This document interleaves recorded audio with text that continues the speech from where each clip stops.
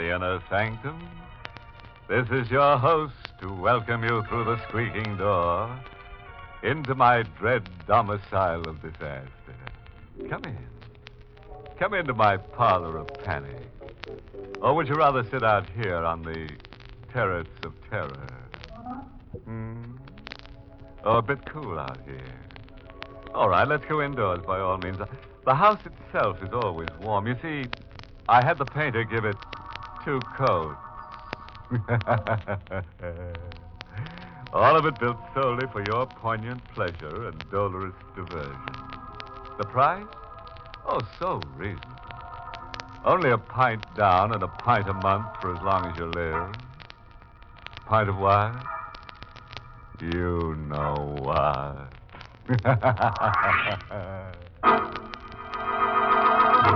Tonight's Inner Sanctum mystery, The Eyes of My Murderer, was written by Emil Tepperman and stars Donald Buca in the role of Barry with Charlotte Holland as Carolyn. Now, let's get down to business. Tonight, we hear the story of Carolyn Medford and the strange things that happened to her when she came to visit her aunt, Loretta Medford, on that grim evening of the 10th of June. But before we hear Carolyn's story, it will be necessary to consult a police report for the facts covering the 3 hours preceding Carolyn's arrival. I, Otto Frayne, Lieutenant of Detectives in charge of the Longview County Homicide Department, make this report of my own free will.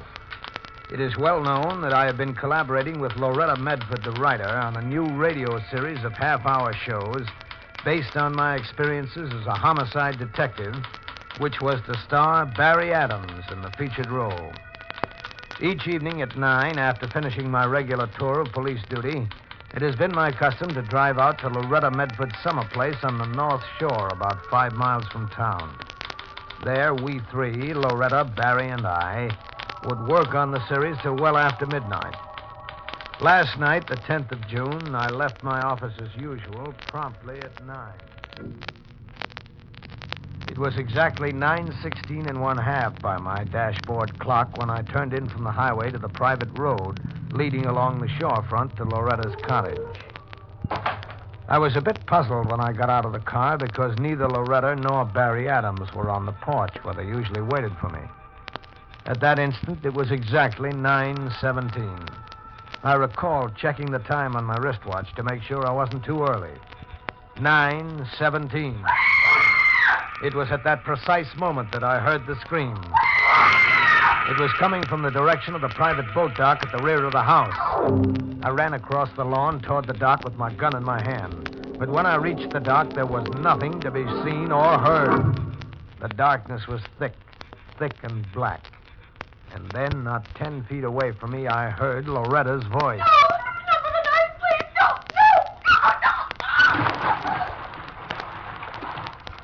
I couldn't see anything, and yet I knew someone was here, someone who had just stabbed Loretta to death and cast her body off the dock, someone who probably still had a bloody knife in his hand. Then I saw him. He was only a couple of feet away from me, just a blur in the night, too dark to see his face. But when he spoke, I knew him. That you, Otto? Barry. Barry Adams. What happened, Otto? For heaven's sake, tell me what happened. Suppose you tell me what happened. That was Loretta. Yes, I know it was Loretta. Well, why are we standing here? Why don't we look for her, try to help her? You know there's no use looking for her. Her body went over the side, and you know the current here is strong enough to carry her right out to sea. She was murdered right here in the dark, and I wasn't 10 feet away. Were you that far away? What? What did you say? Why did you kill her, Barry? Don't be a fool, Otto. I was walking around on the other side of the house when I heard the scream. Why, I must have got here about the same time you did. Sorry, Barry, I can't buy that. Look here, Otto. You know I'm going to marry Carolyn, don't you? Yes, I know you're going to marry Carolyn. Well, then how can you imagine I'd kill her out? It's no use, Barry. You can't talk yourself out of it. You've got to be the killer. There's no one else here on the dock. What about you? What? You're on the dock. I just got here. So you say.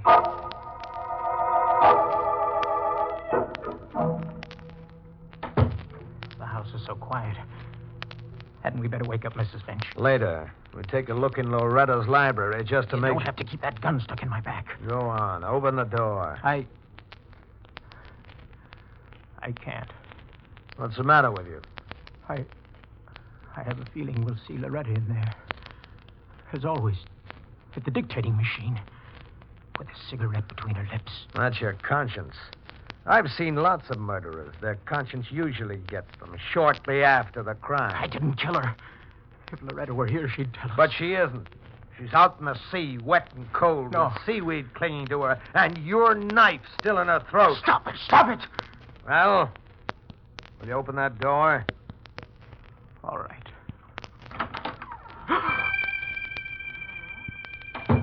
Well, what is it? Why did you close that door again? Loretta. She's in there. You're crazy. She's in there, I tell you. Her hair all matted from the sea. A bloody wound in her throat. Get out of the way. Don't open it. Trying to tell me you saw a ghost? Well, if you didn't kill her, her ghost won't hurt you. Well, where is she? She isn't here. So you saw Loretta, I tell you, I saw her with a wound in her throat. Say, how did you know she'd been stabbed in the throat? What do you mean? Just before you said she was floating in the sea with a knife in her throat. How did you know where she'd been stabbed? Oh, I didn't know. But you said it. Well, that was just third-degree stuff. I was trying to paint a picture for you to break you down. We do it every day with murderers. That's the way I saw her just now. Sure, my picture made it so vivid in your mind you thought you saw her. Proves you killed her. This is no illusion. She was right there, I tell you, before the mirror. Yes. What was she doing? Standing or sitting? She... Or just floating? I don't know. All I saw was her face, her tangled hair, her throat, and one hand. She was pointing at something. You got it bad, Barry. Want to sign a confession? She was looking right at me and pointing over there to the dictating machine. Oh, the machine, huh? How do you make this thing work? Move the needle back to the start of the cylinder. Now press the playback switch. Right there. I don't hear anything. Press the button on the speaking tube. Oh. Well? Tonight, I am going to die. I am going to be murdered. I know because I've seen it in the eyes of my murderer. I even know the plan. The current that runs past the boat dock. The freak current that catches up any object thrown to it and carries it out to the sea. My body is to disappear. There will be no corpus delicti. Anyone else might be frightened, but I'm not. I know that I shall come back. I know that I shall be able to point to my murderer. And what's more important, protect Carolyn. Yes, Carolyn is next. That's the end. The end of the record. Good heavens, Arthur. She knew she was going to be murdered, and she knew the killer. She said she'd come back. Well, she's dead. But she did come back. She pointed at the dictating machine, and Carolyn's in danger, too. Good heavens. She's coming in on the midnight train. I've got to meet her. I'll have to leave now. You're not going anywhere, Barry. I'm arresting you for the murder of Loretta Medford. You can't do that, Otto. Who'll meet Carolyn? Don't worry about that. After I get you safely in a cell, I'll meet your Carolyn for you. You want to get me out of the way, in a cell, so you can meet Carolyn and kill her, too. You're the killer. Now, look, that kind of talk won't get you anywhere. I won't let you do it. I'm getting out of here, see? Now! I won't let you kill Carolyn! Stop! Stop or I'll shoot! What? Loretta! I must have been mistaken. Imagine it. I let Barry get away. I'll never find him in the dark. That voice could have sworn. Good evening, Lieutenant Strain. And what is it that you could have sworn? Mrs. Finch. Please excuse the night clothes. I was rudely awakened in the midst of a troubled sleep. Mrs. Finch, did you just call out to me just now? Did you say, don't shoot? Otto? I'd not be likely to say such a thing to you, Lieutenant Frayne. And was it Mr. Barry you were going to shoot, whom I just saw scooting out of here like a streak of lightning? I don't understand a thing like this. A thing like what? I just heard, or thought I heard, Loretta Medford say something to me. And not being Scotch like me, you don't understand how it was that a dead woman spoke to you. How did you know she was dead? You needn't become so excited. It was in my sleep I saw. You saw her in your sleep? Yes, and it troubled me so that I awoke. She came before me with her hair all dank and tangled, and the salt water glistening on her face in the dark, and her throat bleeding and raw. You saw her like that? Oh, yes. And she spoke to me. I don't believe you. I don't believe in such things. You don't, eh? Then who was it that spoke to you a moment ago and told you not to shoot? I don't know.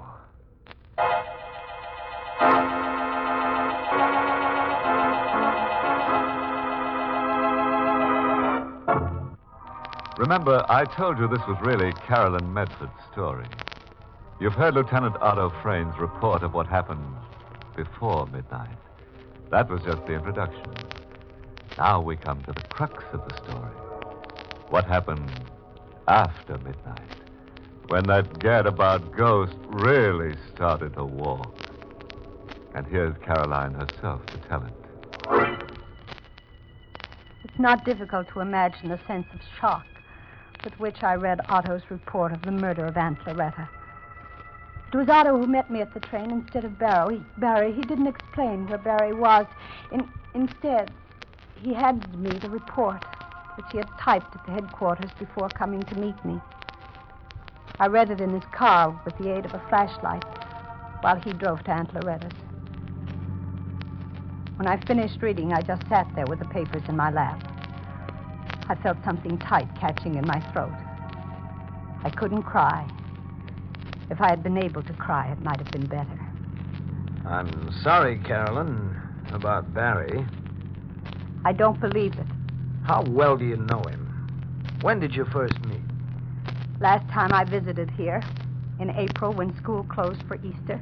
Oh, you were only here for a week. We've written regularly ever since. He proposed to me by mail. So you don't really know him very well. Well enough to marry him, Otto. A man could be that kind of killer, and you'd never guess it to look at him or talk to him, or even from the way he made love to you. Please, Otto. I'm sorry. You know how I feel about you, don't you? Yes, I know. If it weren't for Barry... If it weren't for Barry, I might have a chance. Oh, Otto, please be kind to him. You love him so much? All right, Carolyn. I'll tear up that report. Oh, no. I don't mean that, Otto.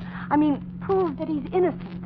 Find the real killer. Otto, don't you see? It might have been somebody else, a madman, maybe an escaped lunatic. There's only one trouble with that theory, Carolyn. What?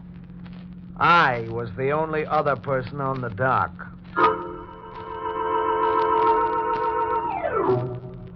The cottage was brilliant with lights in every room when we arrived, as if to drive away evil spirits and ghosts.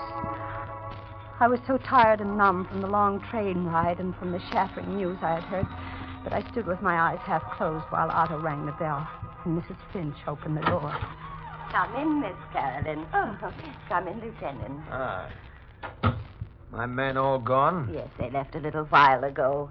Oh, Miss Carolyn, you look exhausted. Come, I have your room ready. You'll be wanting to sleep. Yes. If only you'll not be bothered by any apparition. Just a minute. Yes, Otto. Mrs. Finch, what makes you think she'll be bothered by an apparition? Didn't it come to me? Didn't Mr. Barry see it? Didn't it even make itself heard to you, a scoffer? Then it will surely come to Miss Carolyn. You believe that, Carolyn? I don't know, Otto. Loretta was so interested in the supernatural, the possibility of communicating with the dead. If you look in her library, you'll find she has almost every book ever written on the subject. That may be so, but do you believe in it? Loretta often told me if she died before I did, she'd manage to get in touch with me.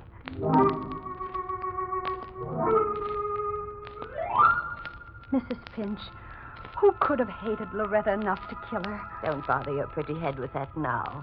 There'll be time for talk in the morning. No, I want to know now. Be better to sleep now. No, please, Mrs. Finch. You knew her. You knew her so well. You've been with her for 14 years. Yes, 14 years. Long enough to learn to hate her. What? What did you say? Don't look so startled. You too have cause to hate her, and so has Mr. Barry. What are you talking about? Her, with her 38 years weighing heavy on her, and all those peroxides and creams and shampoos that she used. You know why? Because she wanted Mr. Barry for herself. Oh, no, I can't believe that. Burned her inside to think of Mr. Barry marrying you. She would gladly have died to stop it. And hasn't she done it? She goaded Mr. Barry into killing her, and now he'll be hunted and caught and executed. And wherever she is at this moment, if she can laugh, she's laughing. Oh, no, Mrs. Finch. How long I lay there after Mrs. Finch had left, I don't know. I was cold and shivering. My eyes were wide and sleepless as I lay taut in the bed, and my nerves were raw. So raw that the slightest sound grated. That sound at the window. My eyes flew toward it, and I glimpsed at the shapeless form out there in the night. And I saw the window slowly inching up. I must have leaped up by instinct like a terrified animal. Then I was at the door, and it snatched it open. The corridor was still. There wasn't a sound. I dared not look back into my room at the window. I ran across the hall and pulled open the door of Mrs. Finch's room. Mrs. Finch! Mrs. Finch! There was no answer. The room was empty. Mrs. Finch wasn't there. Blindly, I turned and ran to the stairs. How I got down them without falling, I'll never know. But at the foot of the stairs, I stopped. And everything within me seemed to congeal. For there at my feet lay the body of Mrs. Finch. And her eyes were wide and staring. And her mouth was set in a terrible grin. And her head rested at a crazy angle on her shoulder. For her throat was cut almost from ear to ear. Stop it! Carolyn, stop it! I tell you, stop it! It's all right, Carolyn, darling. It's all right, darling. It's I, Barry. There now. Take it easy, honey. That's right. I felt the glaze leaving my eyes and the rush of blood subsiding from my temples. And then I saw Barry. He was standing there, and in his hand was a knife. And blood was dripping from the blade. Now, take it easy, Carolyn. Barry, the knife you killed. Oh, I didn't kill Mrs. Finch. I just picked the knife up in the kitchen. The killer must have thrown it away. Who's that? It's Otto. He must have heard me scream. He was watching for you outside in his car. I've got to get away, Carolyn. Why are you looking at me like that? You don't think I killed Mrs. Finch? Or Loretta? Oh, what's that? Stand still, Barry, or I'll shoot to kill. Now, don't move while I climb in through this window. Otto! All right, Barry. Drop the knife. Well, can you talk your way out of this one? Now, look here, Otto. They stood there arguing, and I didn't know what they were saying. I only felt a great and terrible weariness, as if I had had enough of living, and would welcome death if only it meant sleep and rest.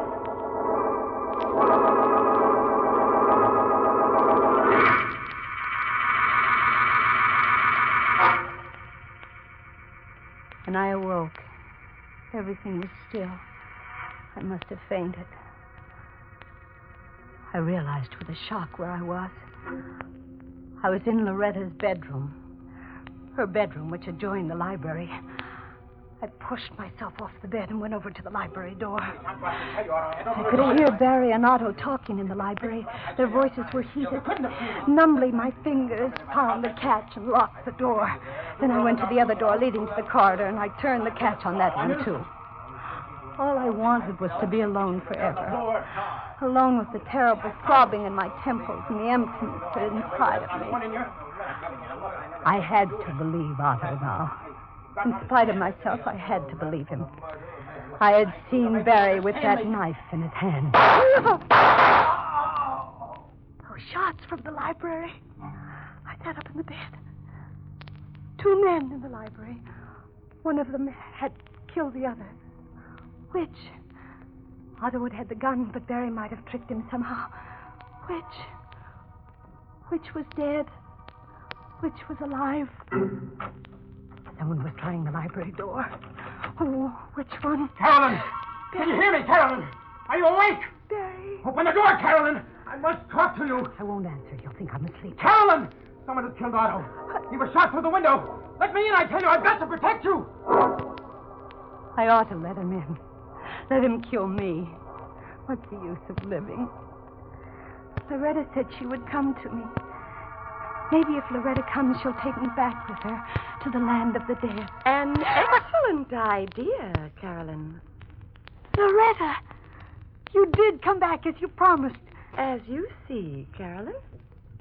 But why isn't your hair all matted and dank and the way the others saw you and the wound in your throat that the others saw? The others saw what I wanted them to see, Carolyn. I don't understand, Loretta. Do you mean that you're really not dead? Exactly, my dear. But you were murdered out on the dock. Barry and Otto heard it. They heard it. But they didn't see it. Was it a trick? Yes, dear, it was a trick. I was never on the dock. I was beneath it in a rowboat. Oh. Yes. And I screamed from the rowboat and made Barry and Otto each think that the other had murdered me. That gun you're holding, you just shot Otto with it? Yes, of course. So Barry is really innocent? Yes, dear. Oh, Loretta, you've done all of this because you really hate me. Yes, dear. I hate you so terribly that I'd be happy to die if I could destroy you with myself. It's on account of Barry, isn't it? Yes. Yes, I could have forgiven you everything. Your youth, your looks, everything but Barry. I could have had him if you hadn't come along. But now you shan't have him because I'm going to kill you. Loretta. Then when Barry's caught, he'll pay for you and for all the others. Loretta! Stop that gun, Loretta! No! Barry, you killed her. I had to, Carolyn. She'd have killed you. Barry. Darling, don't cry. Oh, there'll be no more ghosts between us. Ever.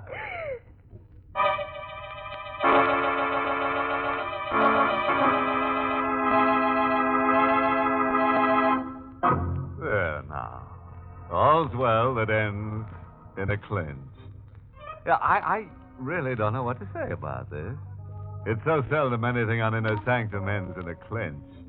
That's because it takes 2 to make a clinch, and we rarely have 2 characters left alive at the end of our story. Anyway, I suppose I could call tonight's tale a success story. You know, it's usually a story about a self-made man. Well, Loretta was a self-made ghost, wasn't she?